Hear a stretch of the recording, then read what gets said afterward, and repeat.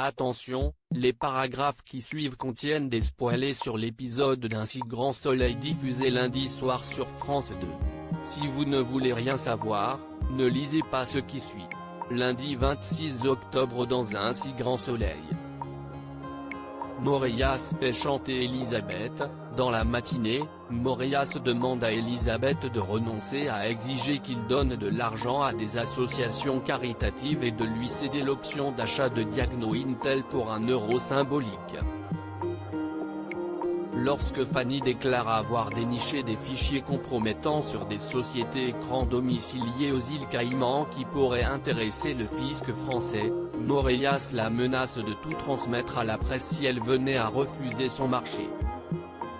Pendant ce temps, Florent propose à sa compagne de partir pour un week-end romantique afin de se retrouver.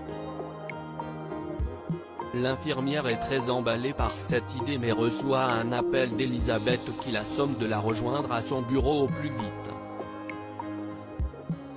Sur place, Claire avoue que Moréas l'a fait chanter sans pouvoir lui en dire davantage. Furieuse, la grand-mère de Théo la met dehors. Par la suite, Myriam informe Claire que Moréas lui a encore mis la pression pour dîner avec elle. Même si son amie se moque que la police remonte jusqu'à elle, Myriam n'entend pas tout perdre alors qu'elle est à 2 doigts de parvenir à ses fins. Peu après, Claire, qui est à cran, prend son service à l'hôpital. Quand Joshua la questionne sur ce qui ne va pas, la mère de Théo insiste pour qu'il arrête de lui envoyer des messages et qu'il l'oublie. Comme il s'inquiète pour elle, le médecin sollicite Alain pour qu'il le mette au courant si Claire venait à se confier à lui. En fin de journée, Myriam se rend chez Moréas. Tandis que la jeune femme est sur le point de partir, l'escroc lance qu'il va devenir très riche et qu'il a très envie de changer sa vie. Une déclaration qui pousse Myriam à rester. Christophe identifie le coupable, son mari étant impatient de partir à Lisbonne, Cécile promet de le récupérer à l'hôpital après sa reconstitution. Au palais de justice, elle reçoit la visite de Sophie Guérin, une journaliste de France Bleu Héros qui semble détenir de nombreuses informations sur ce qu'elle s'apprête à faire avec Max. Mais Cécile exclut d'évoquer une enquête en cours et lui claque la porte au nez.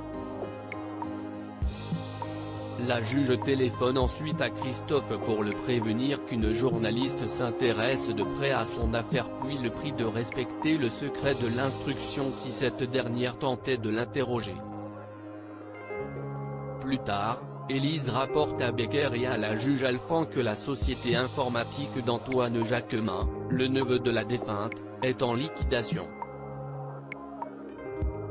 Dans la mesure où il avait tout intérêt à ce que sa tante disparaisse, Cécile espère que la reconstitution leur apportera des réponses.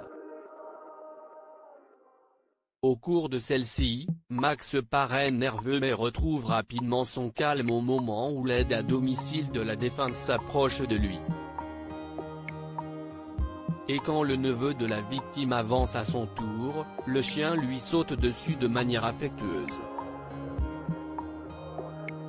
À défaut d'éléments probants, Cécile retourne dans son bureau et appelle son mari pour lui dire qu'elle le rejoindra directement à l'aéroport. Toutefois, en quittant son bureau, Cécile croise Christophe qui la presse de regarder la vidéo de la reconstitution car selon lui, Max aurait désigné le véritable coupable.